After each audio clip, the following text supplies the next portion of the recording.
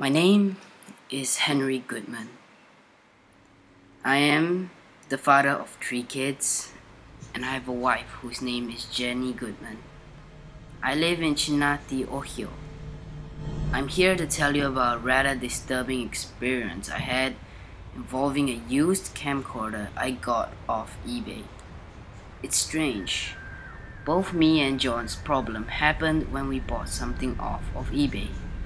Anywho, on with my story. So, me and my family were planning a vacation, and we wanted to capture our trip on tape, as well as taking some photos. Unfortunately, our video camera was broken, so we had to either get a new one or just take photos instead. So I went on eBay to see anybody was selling a camcorder. Well, long story short, I found one. I bid on it and I won it. A few days later, I received a small package which had the camcorder in it. I opened it up and took the camcorder out. It was your typical camcorder with the small screen on it and such. I had some blank Sony camcorder tapes, so I opened up the camcorder to put one inside. To my surprise, however, there was already a tape inside. I assumed it was one that the previous owner forgot to take out. It was a used camcorder after all. I hope nothing important was on it, otherwise they'd be pretty upset about losing it. I took the tape out and looked at it. There was a piece of yellow masking tape stuck on the front, labeled with black Sharpie 2006. Nothing else. I decided to play the tape just to see what was on it. So I put the tape back inside the camcorder and hooked the camcorder up to my TV to watch the tape on the TV. I rewound the tape, but it was already at the beginning.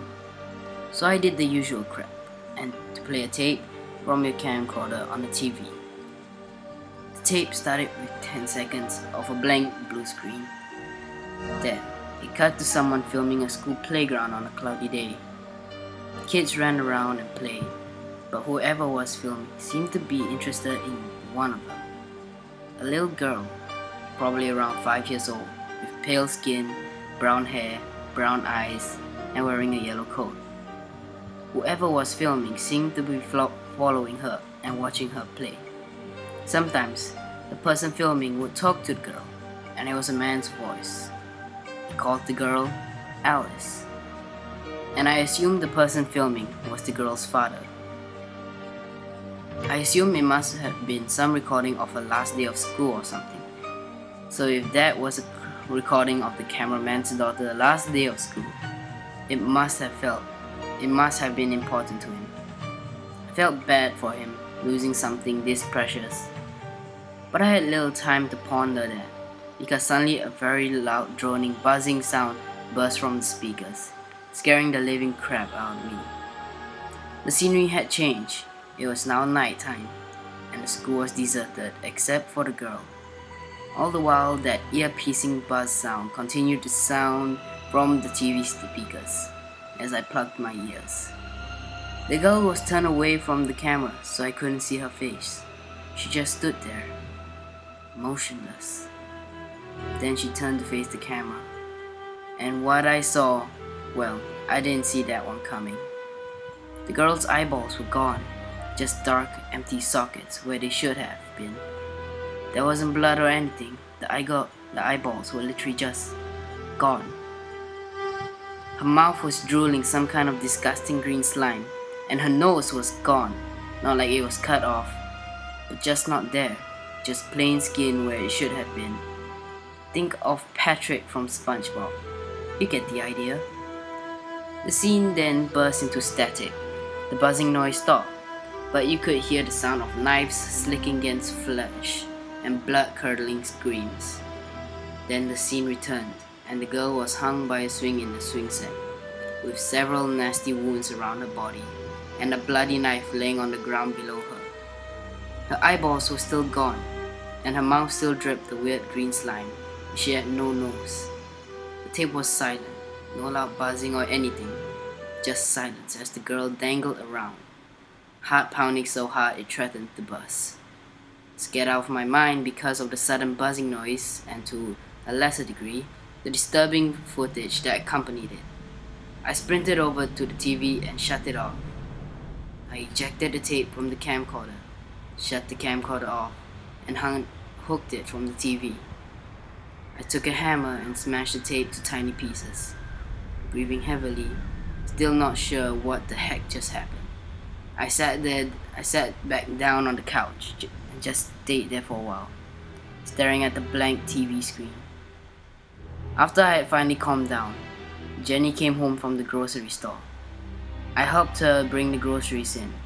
I didn't tell her about the tape because she'd think I was going insane. The dream I had that night was not pleasant. I was in a dark hallway. My throat, it felt like someone was repeatedly flicking my Adam's apple. The loud buzzing from the tape played non-stop. It wasn't coming from any direction. It was just there. My ears, as if I was wearing headphones and the sound was playing on them. I was scared out of my mind. I wanted desperately to get out, to go home, to be in the comfort of my bed. I tried crying for help, but no matter how hard I tried, no sound would come out. Suddenly, I felt the urge to vomit, not having a bucket or a toilet nearby. I puked on the floor. But instead of puke, I hurled up a small Sony videotape with masking tape on the front labeled 2006 in black Sharpie. Then the tape morphed into a girl. No, not just any girl. It was the girl in the tape. Her eyeballs were gone. Her mouth oozed green slime, and she had no nose. She slowly walked down the hallway, and for some reason I followed. All the while that awful buzzing noise kept playing. She led me down the hallway, and I realized where I was. I was in an elementary school. Kids' drawings and other art lined the walls. Posters saying, "Vote Josh for school president," were everywhere. You get the idea. She led me out and opened the door, and into the playground. It was the very same playground from the tape, and a man was there, holding a camcorder, recording us. But not just any camcorder. It was the very same camcorder that I had gotten off eBay. He just stood there, recording us. The girl led me over to a swing set. She pulled the knife out of her pocket. My body then became frozen in place. I couldn't move my eyes. I couldn't move my head. I was forced to watch in horror as the girl sliced herself up with a knife, giving herself the same wounds as in the video. And the buzzing sound stopped, being replaced with the girl's blood-curdling screams of agony. Then she put her neck into one of the swings, as if it was a noose. Then the swing pulled up on its own accord, killing the girl. The girl dangled from the noose, just like in the video. After a few moments, I could move my body again. I sprinted over to the man holding the camcorder. He just looked at me and smiled. "That's my girl," he said. "I'm so proud." I jolted awake. My heart pounded, my forehead was sweaty, and I was breathing heavily. Jenny laid next to me, apparently still asleep. I sat there for a while, and finally calmed down. I lay back down in bed and closed my eyes. I couldn't fall back to sleep. My tossing and turning finally woke Jenny up, and she got mad and went to sleep on the sofa. She opened the door, but then she froze. She just stood there, and I could see her hands trembling. I asked her what the matter was. She just pointed a trembling finger out the door. I got out of bed, looked where she was pointing. My blood ran cold. There was a hallway outside the door, going out to the living room, where the TV was. From down the hall, I could see the TV. It was on, and on it was the little girl's face, missing eyeballs and all. But then I realized that the TV was in the corner of the room. I could not see from where I was. My sleep-deprived brain mistook what I saw as the TV. But it wasn't a TV. It was the window.